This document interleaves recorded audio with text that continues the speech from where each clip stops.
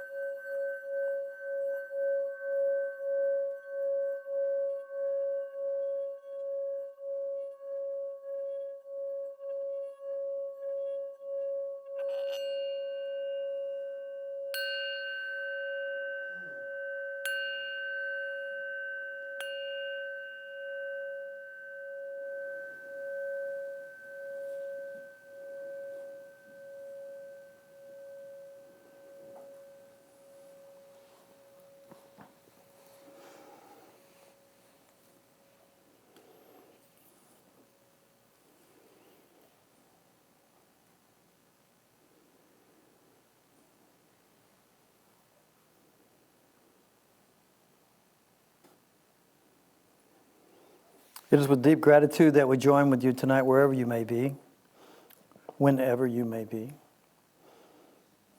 We're so grateful that you are part of our community as mighty companions in A Course in Miracles and the work that we're doing to understand the journey that our brother Jesus is helping us to see that we each are on. The end is certain.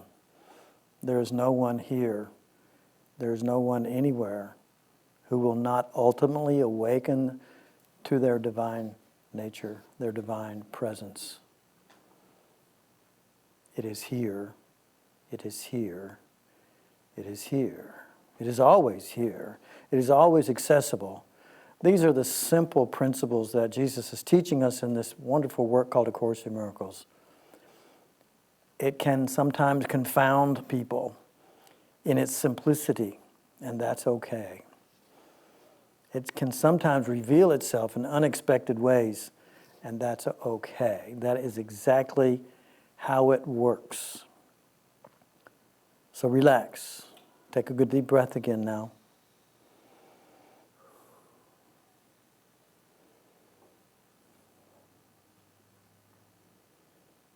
We know who we are. We know what we are. We know how we serve. We are here. We are here. We have come. We are in the upper room. We are free. We are free. We are free. We make it so. Behold, we make all things new. God is. God is. God is. And with one more deep breath, we call forth the remembrance that we are as God created us to be. And in that remembrance, we allow only that which expresses Christ consciousness, the vibration of love itself, the vibration of Source. We are one with it, always. And in this room, in this upper room, this is a vibrational field. It's not a place, it's not a time, it's not a location. It's a vibrational field in which we align with by turning within to the inner altar. And we do that now as we make a mutual commitment to allow ourselves to be informed by that love, that knowing, that treasure, that gift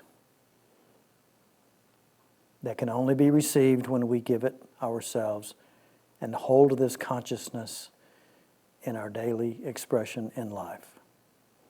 Not alone as individuations, but as brothers and sisters joined with that voice for God. The Holy Spirit is nothing more than our right mind. And we welcome in the guidance and the masters and the family that are helping us and supporting us on our journey. Welcome back to the upper room. And so it is.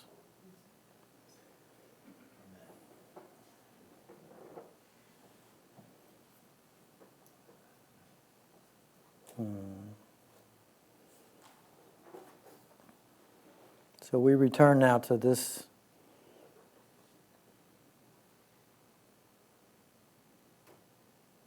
time and place where we appear to be with gratitude. Thank you, my brothers and sisters, for holding this vibrational energy. And we'll say thank you again and welcome to those of you who are watching us online. It's been another glorious week because every day and almost every moment of every day has been an opportunity to learn. There have been so many things going on around us. Every day we're in class, and we are beginning to really get that as we continue to journey forth in our understanding of this teaching. Because this teaching is not separate from the truth. It is the truth. And in its simplicity, it at once and ultimately requires us to let go of long-held beliefs and long-held conditioned ideas to realize that things are really much simpler than we've made them out to be. But we've made them out to be that way to get us to exactly where we are right now. You are exactly where you need to be right now. So am I. We are here, we're here, we're here. So this week we were talking about and working with, I believe, episode 22, I want to say. Is it 21 or 22? 22. Yeah. It is 22, okay. It's 22, and it is, if we're going back to the work that Raj is doing, it was the episode on January 16th, I believe, of 2003. And he just keeps getting... We're going around and deeper into the teaching. We're still talking about conflict and fear, right? And last week we began to grasp at least a little bit about that Jesus would basically take care of everything that doesn't matter if we choose to let our guidance, which is already available to us, to take care of everything that does. And so the implicit underline there is that if we choose. And we have to choose that. How do we choose it? And we talked about that a little bit last week. And for the benefit of maybe anybody who might be seeing this for the first time, we'll jump to the answer and then start unpacking that a little bit more tonight. But basically, we just did that. We took a good deep breath. We stopped all the chatter, moved it to the background. We became present. We went vertical instead of horizontal, right where we are. Doesn't matter where you are, right where you are. And we connected with Spirit. I do that personally by simply saying, "Are you there?" That's my prayer. That's my prayer. In our workbook lessons, if you're following along with those, here we are on the 24th day? Today? Yeah. We're now focusing on, how can I see things differently, right? That I'm making a commitment to see things differently. And that's why we're in the upper room. This is where we are fulfilling our intention to establish an environment wherein we can achieve our desire, right? Our desire is to awaken to the truth of who and what we are as an experiential experience, right? Something that we experience. And not only experience it, but then become it.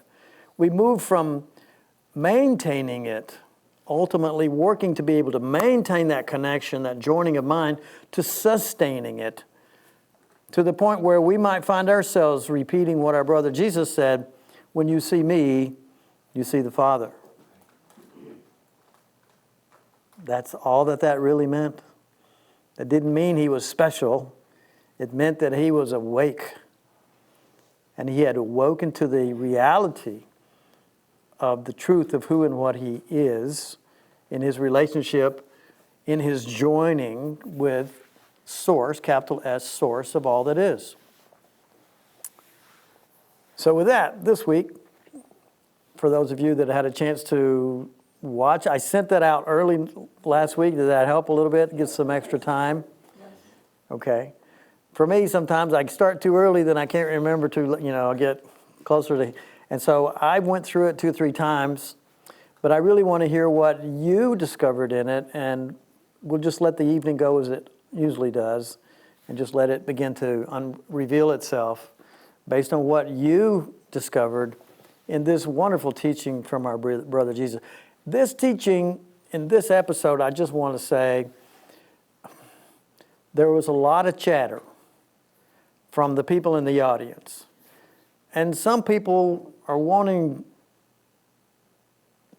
I am making stuff up, but I read that some people want to be seen as intellectually capable of understanding, and so it's almost like they're telling Jesus what they think it means.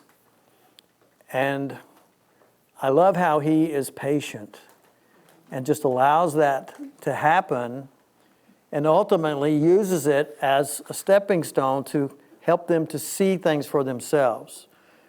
Eventually, as we journey along with Jesus and the work that Raj is doing, eventually they quit interjecting, because they eventually realize that there's no reason to challenge it. It's much more beneficial to just allow it to flow from the master teacher. It reminds me of when I used to be in corporate America years ago, and I was in sales, and I would go sometimes to see my client, and if they didn't really know me, then they wanted to purchase something, then they wanted to ask the question about what I was capable of delivering. What are you saying, Kathy? It's okay? They're just getting the still shot, they're not getting the live feed for some reason. That's okay. We'll try to fix that by next week. We've got some equipment coming that'll take care of it next week. But we are recording it, and I can post-produce it and push it back up. Let's see, where were we? Oh, so I would go see people, and I've got, I know how to explain what my product is. I know how to explain what they want to know. But they begin right away asking questions, trying to pick out. In other words, they want to design the way that it's presented to them by asking questions. I need to know this, and I need to know this, and I need to know this. And usually I would do that a little bit, but eventually I usually say, well, you're on page 8, or you're on page 7, and I'm still on page 1, right? So let me ask you to do me a favor. If you'll let me present to you what I am here to share with you in the way that I know how to do it, I believe all of your questions will be answered, and I think you will actually be much more satisfied with your level of understanding and your ability to make a decision, because you'll have more information and you'll see how it works together, because that's why I'm here. I'm here to teach you. I'm not here to sell you. I'm here to be your partner. I'm here to teach you. Our brother Jesus, I love his patience as they continue to kind of pepper him, and they want to decide, they want to define, they want to control how he's teaching them by asking questions, right? But I really believe that sometimes we just have to let it flow. And I think it's good for us as students of this teaching to let Jesus teach us rather than trying to control how he does it, okay? And some people just got to control everything, right? Well, we all do that. Everyone does that. And that's called, I think that's that little bitty ego thing up there that we've had on that board many times. The ego has to be in control, even to the point of telling Jesus what he's supposed to say and how he's supposed to say it. And so I've experienced that a little bit in how Raj is working with this group. But tonight is your night to be the teacher. Tonight is your night to share what you've learned from this teaching from Jesus through the questions. And yes, questions certainly do often reveal something that might be top of mind for somebody else that's not comfortable asking questions. There are no questions that aren't important.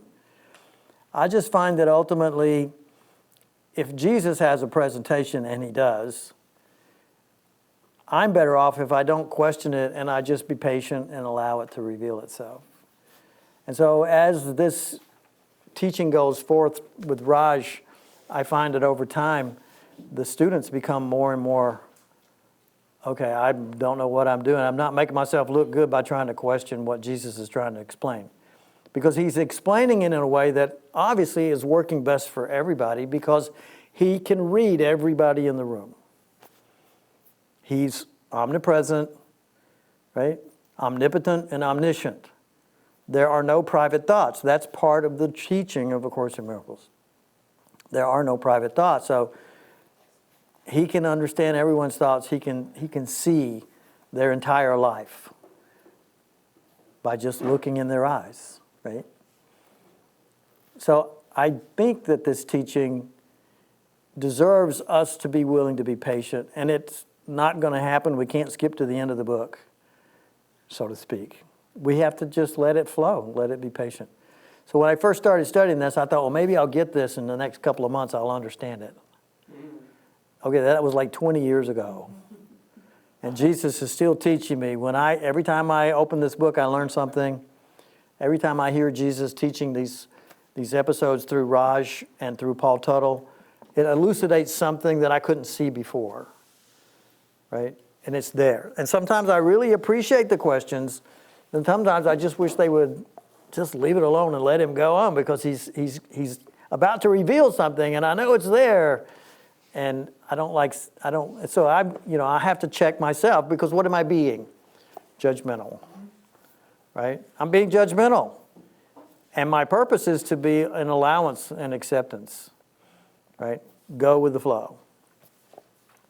So with that said, conflict and fear is the chapter that we're working on. And if you have something from the Raj teaching, or if you just have something from your reading in the book, are you guys starting to understand how you can look at it and you can see? Is anybody listening to it? Yeah, occasionally. I'm reading it. I read most of it. Okay, some of you are reading it, some of you are listening to it. I kind of do both. If I get up in the middle of the night, and I usually do, I'll just listen, right?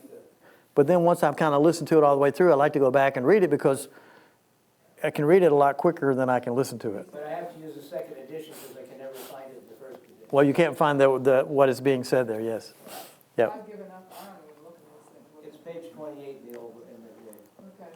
version. So David is saying it's page 28 in the second edition? Yes. Yep.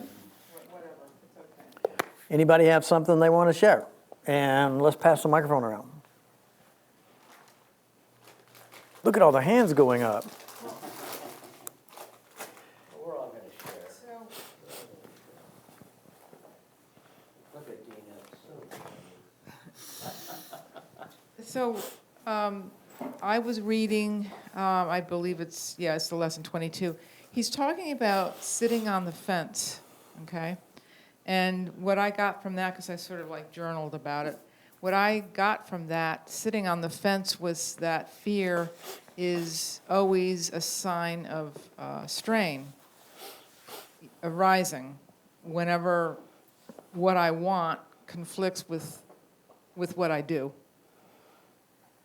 So that my mind and behavior are completely out of control. They're just not aligned with each other. And that's results with anger and fear and rage. And that's when I just lose it completely.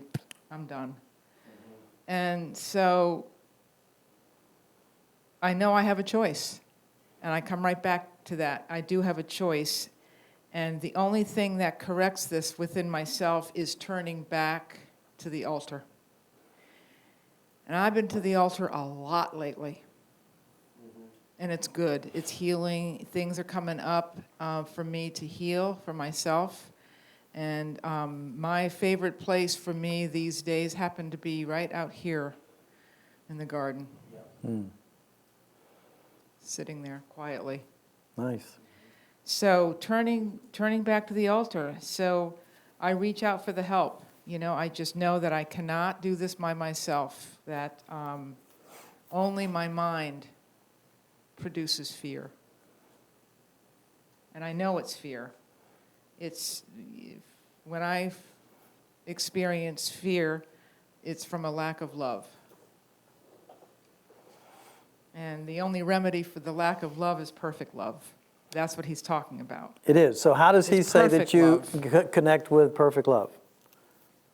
How do we get there? How's he telling us in this lesson?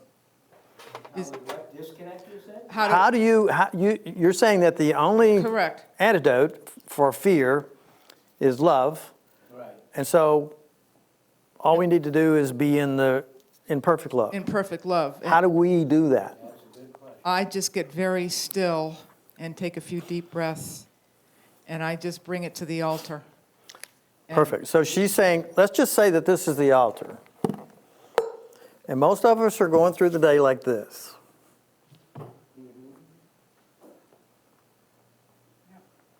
And he's saying we have our back to the altar, Right. right?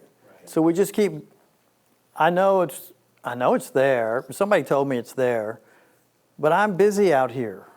I got to do this and I got to do that. Oh, and then here's a problem over here. I got to deal with this problem. Well, now I got to deal with that problem. And if I got a problem, I probably got two problems because one, I got a problem, and two, I'm going to have to do something I don't want to do because that's what I call a problem.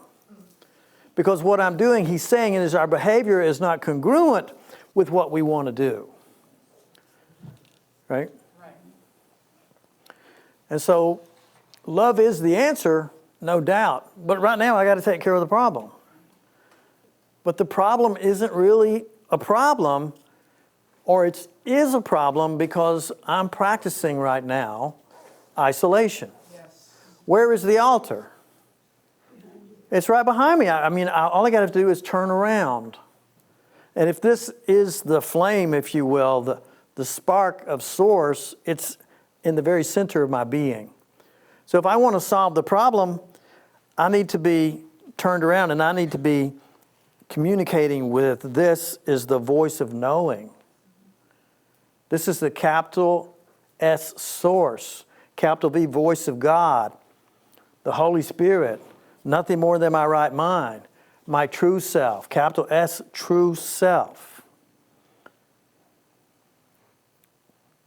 But if I've got my back to the altar, I'm in isolation. And I'm also in isolation with every one of my brothers and sisters, no matter what I'm doing. If I've got my back to the altar, I'm in isolation. But as soon as I turn to the altar and I make the connection, then I can look out through that lens. The flame of light here becomes my essence. And now I'm looking at my brother and my sister, and I can see their perfection. And I'm seeing them through the vision of love, which is called Christ vision. Christ vision knows no fear, knows no doubt, knows no uncertainty. It only capital K knows. And what does it know?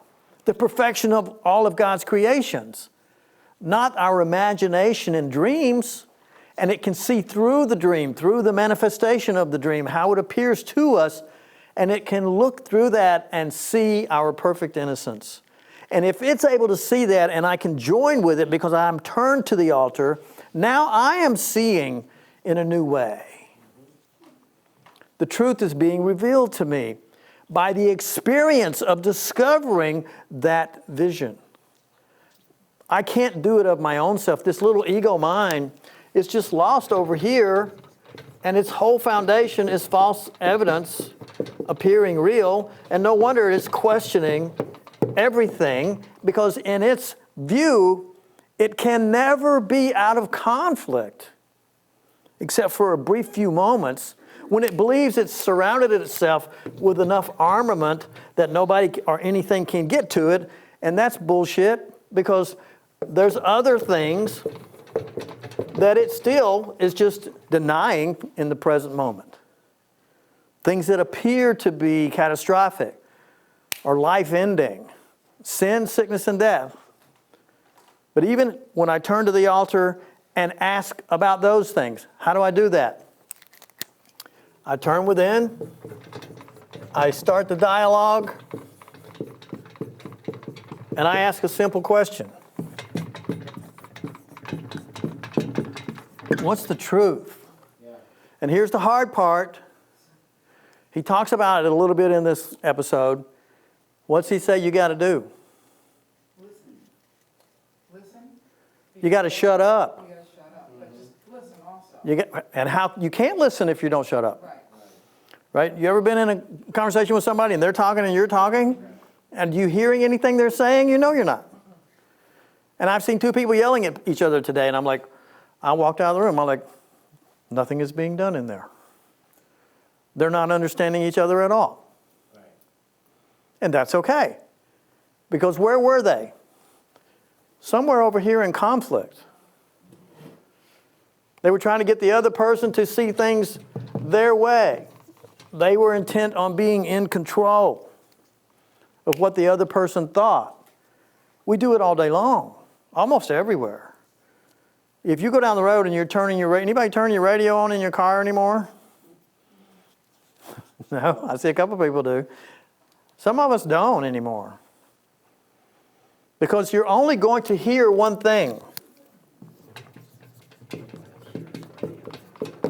Conflict. That's all you can really hear. One position or the other. Why? Because it's a presentation, demonstration, a manifestation of, hello, duality. Duality itself is conflict. Left and right, up or down, right or wrong, good or bad. It's duality. It's always the same thing. So to be out of conflict is to be in alignment with our true nature. That's a capital T, capital N, true nature. And that would be to be joined with Spirit. And we can say Spirit, you can say Source, you can say God, you can say Jesus. He says, align with me. I'm always available to you. But the thing that it really requires that we don't like, or I should say the ego doesn't like,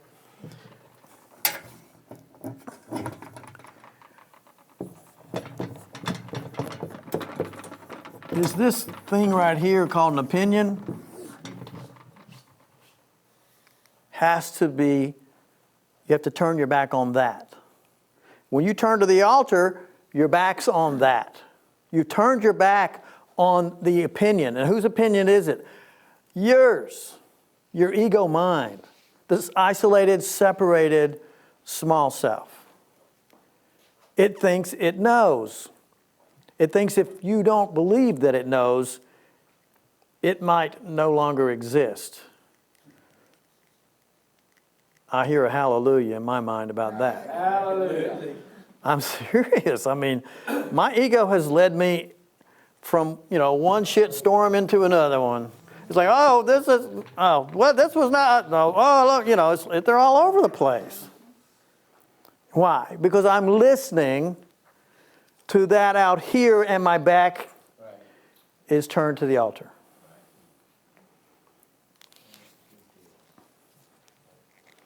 So if the conflict is founded in fear and me expressing myself in isolation, I'm always going to have an opinion because I'm always in jeopardy. I'm always being attacked. It's subtle. Sometimes it feels like it's still an illusion or a delusional state of consciousness, because where am I at? I'm still isolated. We talked about that a couple of episodes ago, where he really started bringing forth that point for us to consider. We have to turn to the altar. And what's there? Well, you got to be careful, because you might, what's going on? You don't know what's going. No, you're not. You don't care anymore, because you don't have a freaking opinion anymore. You might hear it chattering, but it's in the back seat. It's no longer driving the bus. Your opinion is out of your mind. And where does fear come from? You said it. Your mind. This self is where all fear comes from. It looks like it's out there, but what's out there is a manifestation of our thoughts, our thinking, our opinions, our will is our construct of everything that we're experiencing.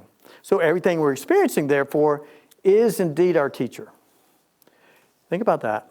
Everything you're experiencing, high or low, good or bad, is your teacher. What's it showing you? It's showing you whether or not you're turned toward the altar or away from it. Yes, ma'am. What?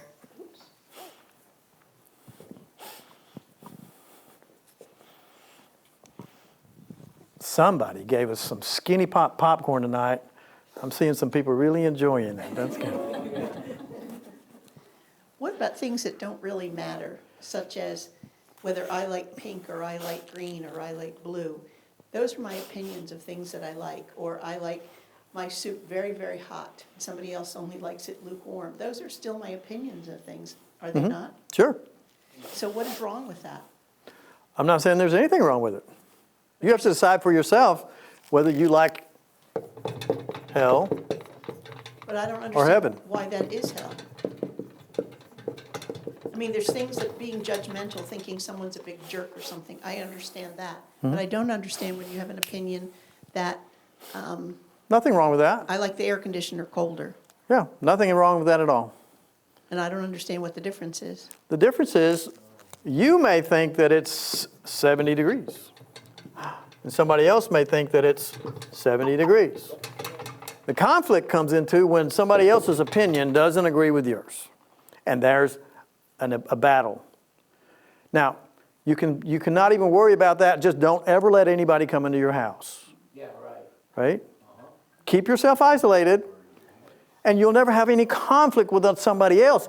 But you'll still have conflict in your own mind, because these things are just subtly working underneath. I have a right to have my own opinion and my own impressions and my own, some people say my own truth. Absolutely you do. You have all the power in heaven and the earth to exercise free will. But the question you have to ask yourself, are you happy? Or are you right? Because if you believe that you're powerful enough to understand this construct and control it, even to control the temperature, what happens to your level of comfort when a hurricane comes through and blows your frickin' roof off? Where are you? How's your opinion working for you? Will you let your opinion decide whether or not you're in heaven or hell? Because it's the temperature or the amount of food in the refrigerator or how many pieces of furniture are in the house or even having a house or having a relationship. All those things are constructs. So we build an idealized self and we manifest it and we say, this, I'm happy with this. It's in alignment with my consciousness. It's in alignment, and it is indeed, and it's in alignment.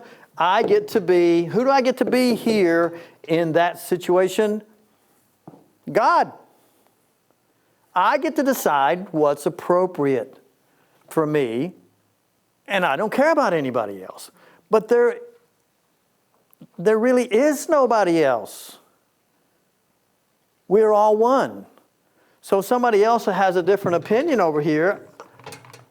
I like it hotter. I like it when it's 78.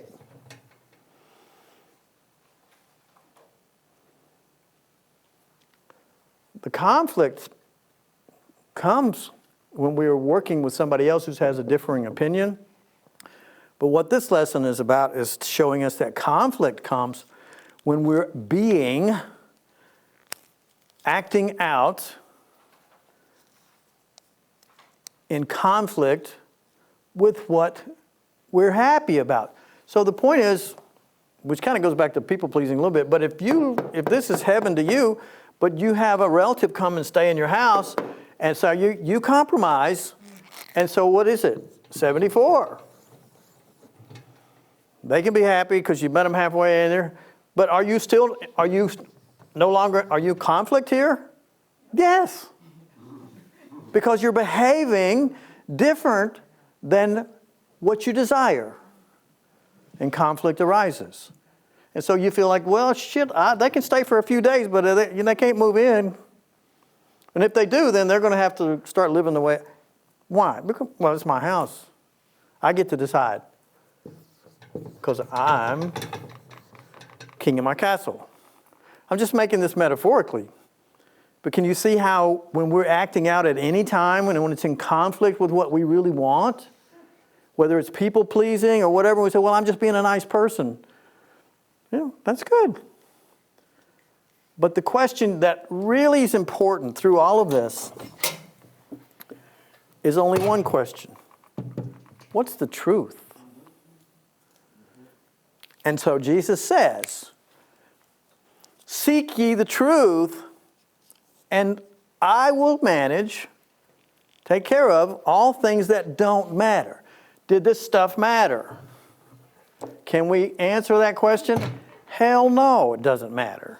But we can go to war over it. Countries have gone to war over two crazy, powerful men desiring the same woman.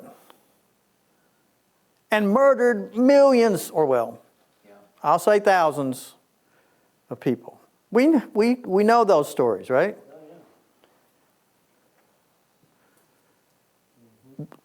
Did they go to war over things that didn't matter? Of course they did. Were lives lost over things that really didn't matter? So Jesus says, you stay focused on what matters. What matters? This, right there. The truth is the only thing that matters. And when you're seeing the world through that vision, Christ consciousness, you might discover that there's something to be appreciated about the contrast between this and this. You may think that this is perfect, but you may find yourself in a different situation where this is better. Because you're always going to be experiencing this experience in contrast. Why? Because it's duality. Today you're on this side, tomorrow you're on that side. You may find yourself sick at some point and you're freezing to death, and so 78 feels a hell of a lot better than 70. Your opinion is always changing up on you. The truth never changes up on you. So do you want to be right or you want to be happy? Because when you begin to see the world through the eyes of Spirit, the vision of Christ, the truth will set you free of what? Your own stinking thinking. That's what this teaching is about. So to be in alignment with what you truly desire is to be in alignment with Spirit, because your higher self is your true self. And what it sees as and knows as valuable and as real, not false, will set you free of things that are not real, things that don't matter, things that are temporal, we could say. Like this experience. Being in the world, but not of it. You've heard us say, I know who I am, I'm joined. It's on the other side. I know who I am in truth. I know what I am in truth. I know how I serve in truth. When we say that, we're giving expressive voice to and declaring and decreeing that we are joined with Spirit.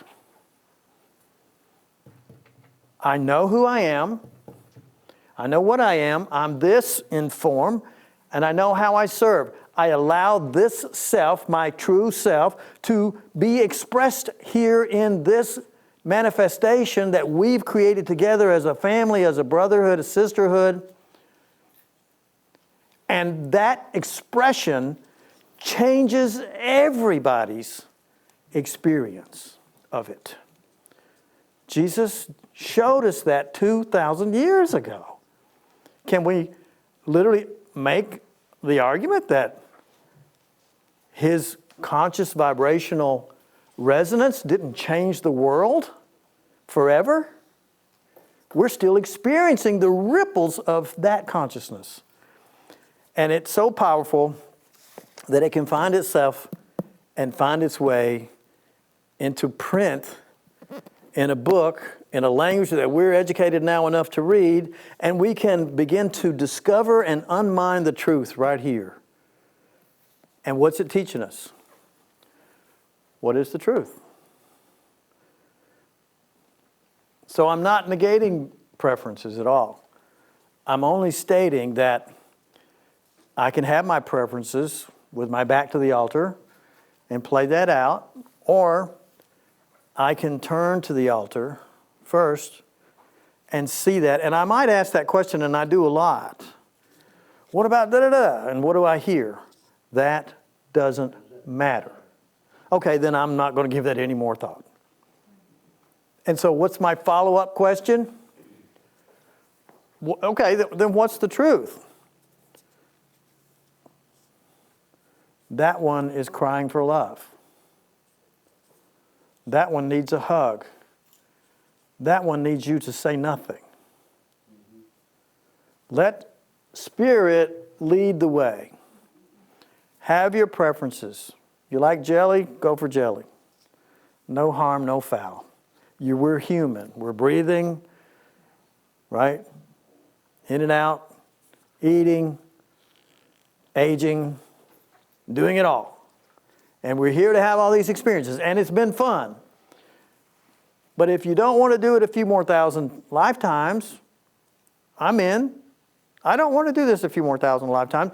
In order to escape the construct, this has to be revealed. To who? To me. I have to begin to see it through the eyes of Spirit. And when that happens, I can tell you there is absolutely zero conflict, because you're not that ego mind. It might be chattering back there, but you don't care. You give it no, never mind. You give it no mind. Because where does fear come from? Mind. Where does love come from? God. Spirit. Source. The Holy Spirit is nothing more than your true self. And what are you? In the beginning was the Word, and the Word was with God. And what are you? Who are you? Word. I am Word. Word, I am Word. You are the first creation of love. And all else has been created through you. But when we stepped off into a construct of illusion, we couldn't create anymore because we were isolated from creation. So what have we done? Not much. We made some things, but they're all temporary. Here today, gone tomorrow. All of it. Chairs, buildings, everything. We're making things and patting ourselves on the back. But we're in isolation because we've turned our back on creation itself. Because you cannot create unless you're joined rejoined, remembered, rearticulated. What does that mean? Rearticulated, What got together again? Reconnected? reconnected. Restated. This is an articulation. This is rearticulated. It's in a new way, right? We put ourselves back together. This is a process of reintegration. But it starts with us. We can't expect this consciousness to be down here where we're living. We have to ascend over lifetimes. And eventually there is now a field here where there's a beginning of communication with Spirit. Yes, ma'am. I feel like I'm the only one that isn't getting this, but when you talk about things like chocolate and vanilla, I'm not going to go to war whether it's chocolate or vanilla. I might have a preference for that, but I don't see where the truth comes in to whether I pick chocolate or vanilla. Well, here's where part of the truth comes in. Here's chocolate and vanilla. Okay, Which one do you like? I like that one. Why? Just do. Which one's real? Neither one. So how are you making a choice? If you're only making choices between illusions, you're not making a choice. The ego thinks it's making a choice. The ego thinks it's being very self-righteous and God-filled and I'm doing the right thing and this is what I... If you're not making a choice between truth and lies, if you're only making a choice between... That's a lie. This is not chocolate and this is not vanilla. But every time we make a choice between illusions, we're making no choice. This is only asking us to begin to ask, what is the truth? It's not is chocolate or vanilla better. They're both illusions. Why? Because they're form. Where did form come from? I don't know. Where did it come from last night when you were sleeping? Who created all that form? You did. And the mind is the creator of fear.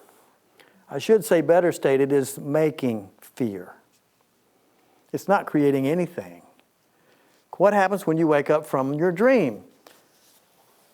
You look at it and go, there was nothing there.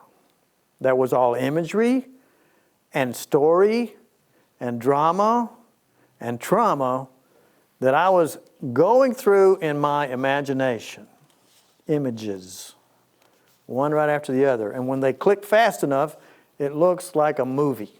Like it's really moving, but it's just a series of images. Just like a movie, that's all it is. What's dreaming? Series of images. What's this experience? A series of images. Not one of you here is experiencing this experience right now.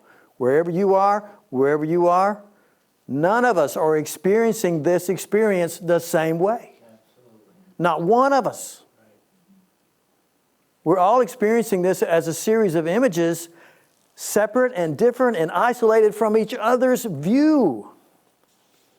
When we join in truth, we join in wholeness. And there is no ambiguity, there is no separation, there is no isolation. It is wholeness. And it's beckoning and calling you to remember, rearticulate, rejoin with your true nature. Because seen through that vision, if you have a dream tonight and you're dreaming about ice cream and you're in a battle, I can't make up my mind, or I know what I want chocolate, but all I'm seeing is vanilla. There's your conflict. You're not, I'm going to eat it anyway. I'm acting outside of my desire. When you wake up, where's the ice cream? Doesn't exist. It never existed. Were you really making a choice? Not really. Because as soon as you saw the truth, you saw that there was no choice. It was a dream. And it rocks your world. Right? No, it doesn't. You wake up and go, well, that was nothing. Because now I see the truth. I was dreaming.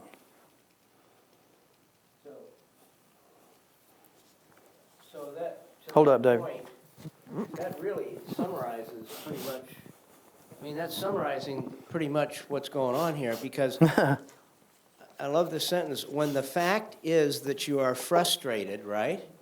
Because you have defined a situation and believed your definition and said that you say you have no, I don't have any other choice. I don't have any T, choice. I don't have any choice. And you go ahead and act, it's fear, it's conflict. Is that real? We're making all this up, right? That's right. And that's why we need to turn to the altar. I mean, so to me, that's what this is all about, is all these things we're fighting about, all these conflicts, it's all about stuff we've made up, right?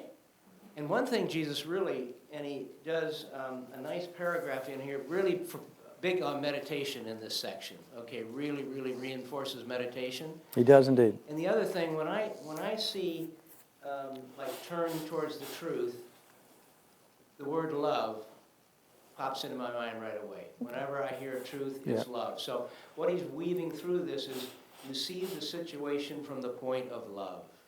It totally changes everything, okay? So that's right. what I wanted to say on that. Thank you for sharing that. So what does he tell us in this lesson about we're engaging with a brother or sister, and we're kind of having a battle, we're having a conflict, we feel like we're in, conflicted opinions or viewpoints or whatever, and so we're kind of in conflict. What is he telling us about that? How do we get through that or beyond that? They're acting out in a particular way. Is it incumbent upon us to change their behavior? Yes or no? Absolutely not. No? And why not? No. Why not change it? Yeah. You can't. Well, let's say you could. You could put them in irons. You could leverage in a little social justice. That is just adding to the illusion. You're making a choice between illusions. Yeah. Exactly right. Yeah, I mean, So how do we then go forth? What have we learned that he's saying that what everybody is doing all the time, including us, what's he saying about their behavior? That it's love or it's a Call for love. a call for love. good, Nina. So no matter what anybody's doing, it's love or a call for love. A few years ago, I shared that simple spiritual principle with a young lady who I had just met briefly for a little while, and we ended up becoming, really good friends. But that started to change her life. It started to change the way that she addressed and dealt with and worked with other people in her life, because she was beginning to just take a moment. Wait a minute. This is a cry for love. They're not really trying to hurt me. They're actually crying out for love. And they're a part of us. We know now, you as a course student taking it to the next level, that absolutely they're crying out for love, and absolutely they're totally perfectly innocent. They don't know it. And we can confirm it for them because they're literally asking for some validation of their worth. That's what a cry for love is. It's a request for a validation of one's worth. And we are feeling unworthy that our opinion, our belief, our favorite flavor, whatever, somebody's like, nobody likes chocolate anymore, so we're not going to make that anymore. It's vanilla or nothing. Some petty tyrant comes up with that as a solution of how we should be. Maybe they have a real aversity to chocolate. I don't know, I'm making stuff up. But the point is, even in that situation, we have to realize, number one, they're crying out for love if they're attacking us for our choices. And so what does Jesus tell us in A Course in Miracles? And he didn't talk about it here in this particular episode, so I'll pepper it in. Two things come to mind. Number one, there is never an excuse for anger. That doesn't mean you're not going to get angry. It just takes you to the truth. What is the truth? That doesn't matter. If you will let Jesus take care of what doesn't matter, then your guidance will take care of what does. If you choose. See, it's circuitous, we're going back. Right? If you choose. And that's where you have to say, wait a minute, I'm taking a good deep breath right now, and there might be some conflict, some argument with some person, whatever, but wait a minute, I know that's a cry for love, so I need to join with Spirit and ask a question. What is the truth? Or how can I best be the expression, your expression? How can we be joined, and I'm going to get in the back seat, and I'm going to let you guide, I'm going to let you lead, I'm going to let you drive, I'm going to let you say, I want to let you express as me. As Christ, in perfect safety, I'm going to release all tension. I'm going to let it go. No conflict here. As Christ, in perfect safety, I'm going to join my mind with the perfect peace of God. Now what am I going to do? Shut up. Quit talking. Quit interrupting. And just sit back and let Spirit be who you're being. And what Spirit going to do in every situation is going to be perfect love. Is it you doing it? No. You're the conduit. What are you doing? You're in the background. You're out of the way because you, the child of God, not the ego mind, not the ego self, the mind of fear, none of that. You are turned toward the altar. And the altar now becomes your expression. The light of the altar, the wisdom, the knowing, the teaching of truth becomes how you express in every situation. Your strength lies in your defenselessness. When you're joined with Spirit, yea, though I walk through the valley of the shadow of death, I fear no what? Evil. And what is evil? Evil is just like turning the lights up and down. We can say it's dark in here. Evil. We turn the light up, it's light. It's love. It's just the absence of love. It's the absence of light. And we call it something else. Evil is the absence of love. In and of itself, it does not exist. It doesn't exist. It's the absence of an understanding of the truth. That's a real good point. It's the absence of the understanding of truth.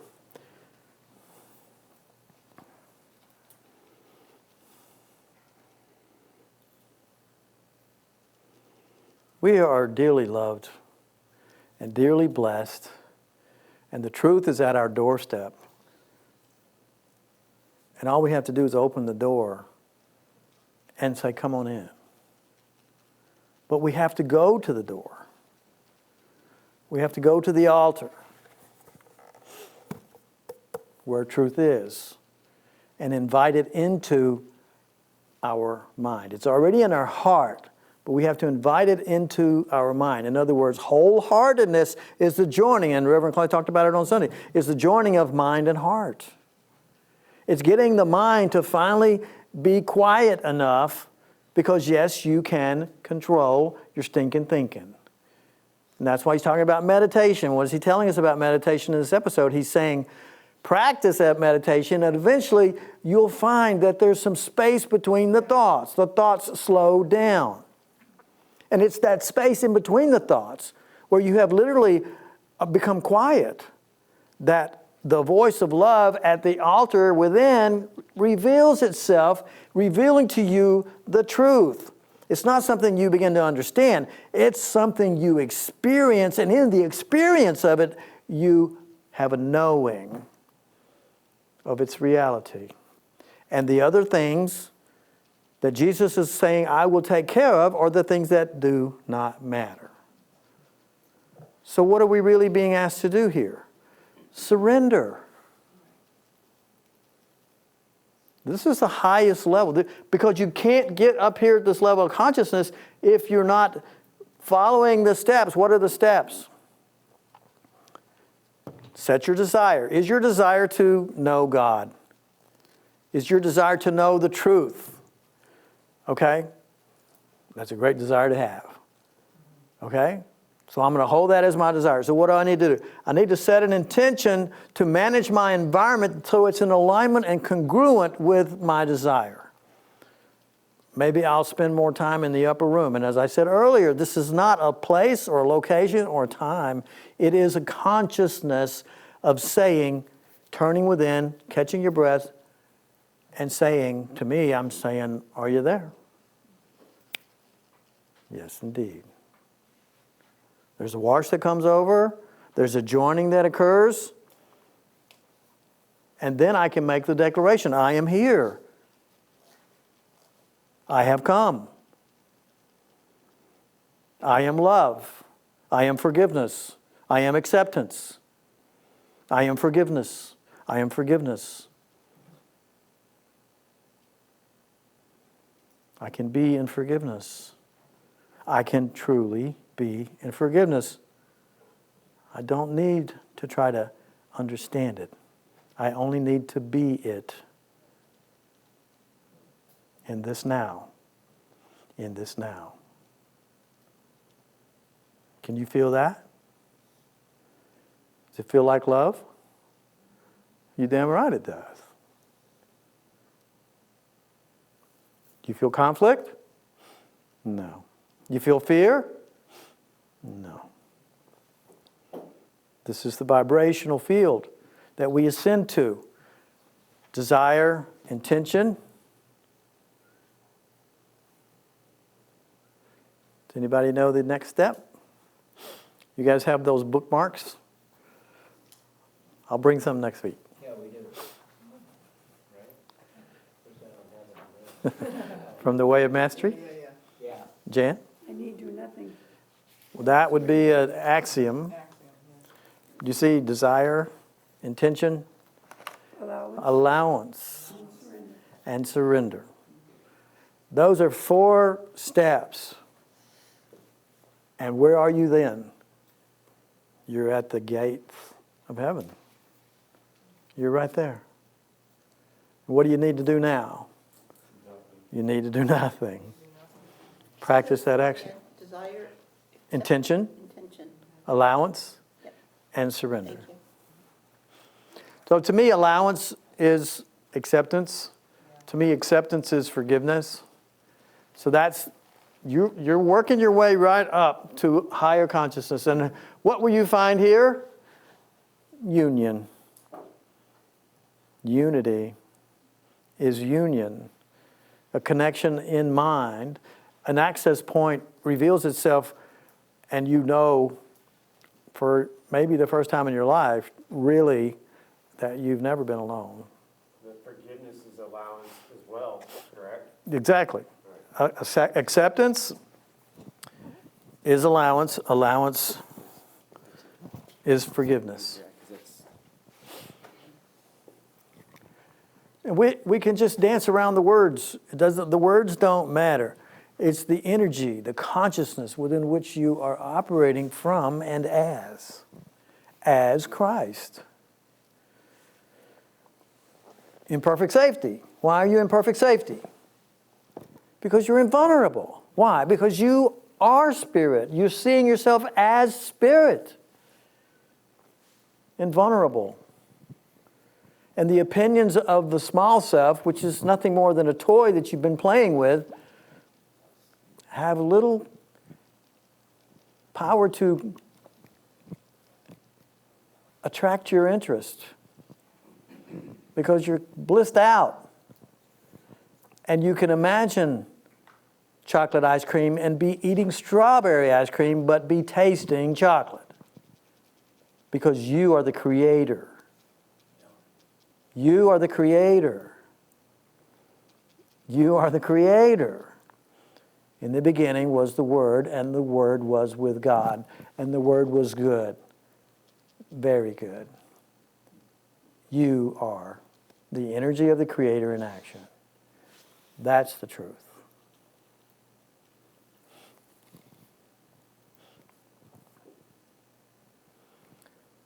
So he's helping us to see that we can look at our brothers and sisters, even when we feel that we're in conflict, practice this practice. This practice is really called the holy instant. The holy instant. And Raj will be introducing it to us soon as the two-step. You take the first two steps and you give it to the Holy Spirit, and the Holy Spirit takes the last step. What's the first step? Catch yourself. I'm acting insane. Okay, I'll take full responsibility if I begin to really, truly understand, realize, and experience the world as reflecting my thinking. And the actors that are showing up are reflecting my consciousness. If I can truly begin to accept that truth, I can then begin to say, okay, well, whatever I'm experiencing really is something that I've drawn to me to show me what I'm thinking. It's reflecting my thinking. Okay, I don't like it. All they're feeding me is vanilla and I really want chocolate. I don't like it, but okay, I'll take full responsibility. Step number 2, go vertical. Take a good deep breath and join with the Holy Spirit, which is nothing more than your right mind. So now you're joined with the Holy Spirit. That's the 2-step. You took responsibility and you became to a place of unity, joining in mind with your true self, your right mind. And now the Holy Spirit, what does the Holy Spirit do? Reveals to you the truth. And there are no problems that the truth does not heal, because the truth knows there are no problems. And a miracle occurs. And what is a miracle? A shift of perception, and you wake up from a dream where chocolate was not available to anybody, and you go to your refrigerator, and lo and behold, it's been there all along. And you confused yourself believing that you were somewhere that you weren't and that it didn't even exist in an illusional construct. What's the truth? Perfect love. Where's fear? Not here. Where are you? Right where you are choosing to be now. In the upper room, heaven or hell. And all it takes is a little free will to ignore the altar, or to have the courage to doubt the world, get thee behind me, and turn to the altar and say, are you there? It's time to have a conversation. It's time to have a discussion. I want to see my brother. I want to know the truth. I want to know what's real, because you've shown me already, if I'm willing to express enough courage, I can begin to see that his behavior, her behavior, their behavior is a cry for love. Period. So, help me. I'm willing to receive. And what is required to receive, ladies? Surrender. And I'm saying ladies because ladies are really good at it. Because in the act of love, they have to surrender their bodies, their minds, their hearts to their lover. And guys, when we get good enough to do that, and we are actually very capable, we begin to have the same surrender of self in the act of love. We have just elevated ourselves to a whole different place of sensuality and experience and ecstasy in the action of being joined with our beloved. Surrender is the only way to experience in that with your real beloved, your true self. You have to surrender completely. And in the end of this episode, he goes on to say, and he's talking about Paul, even Paul, who is channeling Jesus at this level of surrender, still is not ready to completely surrender. Why? Because the ego is still trying to hold on to a little bit of an existence to be expressed as the mind of fear. It's very addicting. It's very compelling. It's very exciting. But to truly know yourself, capital S self, as our brother Jesus did, he went all the way. He completely surrendered his existence to love, to God, to Source. And he changed our world, and he opened a door for us that had been long held closed. And now it's wide open. You know, I love how he makes the point, even Paul. Even Paul. Even Paul. Even Paul Point of that, right? is not really willing to completely surrender, but he could, but he's only willing to surrender himself to me, this is Jesus talking, for about an hour and a half once a week, or on Saturday morning, or whatever that is. What are you willing to do to know and to experience your invulnerability? Because you are absolutely invulnerable. As Christ, in perfect safety, you walk through the valley of the shadow of death, and fear nothing can reduce your connection to the light that love is. Nothing can diminish your knowing of your actual divinity, because you are being it. You have surrendered the egoic mind completely. And when we see you, we know who you are. We know what you are. In truth, we know who and how you serve. Here in Field and Form with us as we continue our journey to awakening. I love this episode. Yes. And there are so many more to come yet. We're just barely into the first couple of dozen pages of this amazing textbook. Anything anybody wants to share? Eventually, I think and hope maybe we'll have some people chatting with us online. So if you guys have a question, you can type in the question on the chat there on YouTube. And Kathy, if you see something, somebody has a question, we'll certainly consider it. Yes. I have no. What he's talking about, charity. Yes. What? Oh, this is a beautiful, and he's talked about it before in one of the earlier episodes, and we kind of danced over it, and he's going to come back to it again and again. But charity is what we've been talking about doing. When we know that someone is crying for love, they're either being loving or they're crying for love, and what is our role? To be loving or cry for love ourselves. So if they throw a brick at us, we throw a brick at them, we're all crying for love, right? Yeah.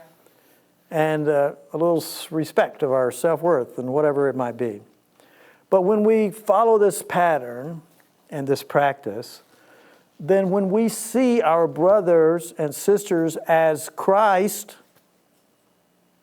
how can we do that? Through joining with Spirit. We can see clearly. I can see clearly now. I can see their perfect innocence. So I'm practicing the act of charity by seeing their perfect innocence when they cannot yet see it themselves. And how do I respond? How do I act? With perfect love. I'm joined with Spirit. And what are they experiencing? They're experiencing me witnessing the effect of knowing myself. of no longer being deluded by fear. They're seeing my certainty. They're seeing my conviction that there is nothing to be afraid of. They are not capable of causing me consternation, conflict, or fear. I am providing the charity that I've been gifted with through the vision of Christ to see their innocence. Period, period, period. I shared a story with you guys last year about a bar. I was in this bar in Kansas City, and this huge, big guy, and he could have just squashed me like a gnat, no problem. And he scared everybody out of the moms and dads and kids and everybody else, and even the tough guys at the bar. They're all scampering away. But I wasn't afraid. I was practicing this practice. It's like, holy shit. Okay, this is a good one. How did I get in this place? But I didn't, all I saw was his innocence. And so I was charitable in my willingness to not listen to fear and to see his innocence. And I knew that I didn't need to be afraid. And I really wanted him to see what I could see. Yeah. And we had a great time. It changed his life. Yeah. How do I know that? Because it's still changing mine. Yeah. Giving and receiving are one. Amen. Giving and receiving are one. Giving and receiving are one. And we're going to get into that more and more and more. More and more. We begin to see that our charity of seeing our brothers and sisters through the eyes of innocence is the only way we're ever going to see our own innocence. Giving and receiving are one. Let's take a good deep breath. Well, it's been a wonderful night. Thank you.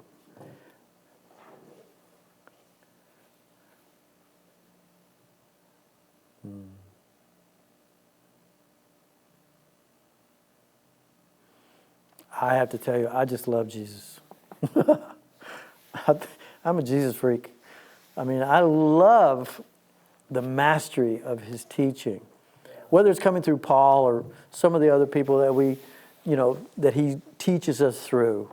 And now, the last 50, 60 years, the whole world is changing. All around us. And the media is shouting louder and louder and louder. Fear, fear, fear, fear, fear. Be prepared, be ready, be scared, protect yourself. Louder and louder and louder, because it's like they're slipping off the side of the mountain. And that mountain is the mountain of love. And we are climbing the mountain. And we are at a new base camp here. It's called the upper room.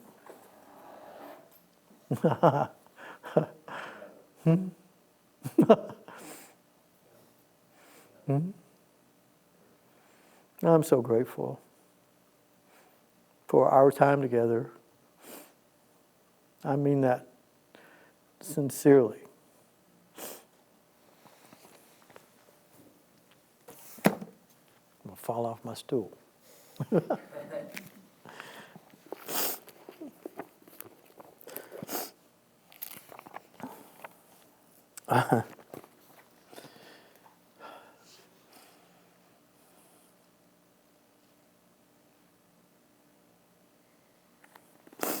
Eternal holiness abides in me.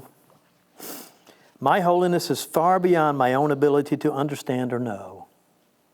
Yet God, my Father, who created it, acknowledges my holiness as His. Our will together understands it. Our will together knows that it is so. Father,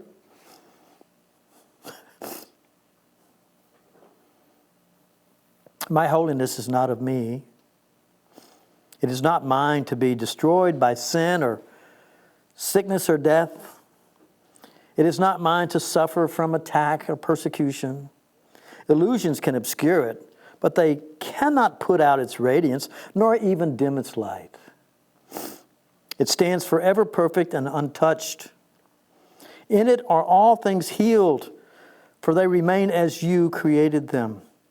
And I can know my holiness. I can know my holiness. For holiness itself created me. And I can know my source because it is your will that you be known.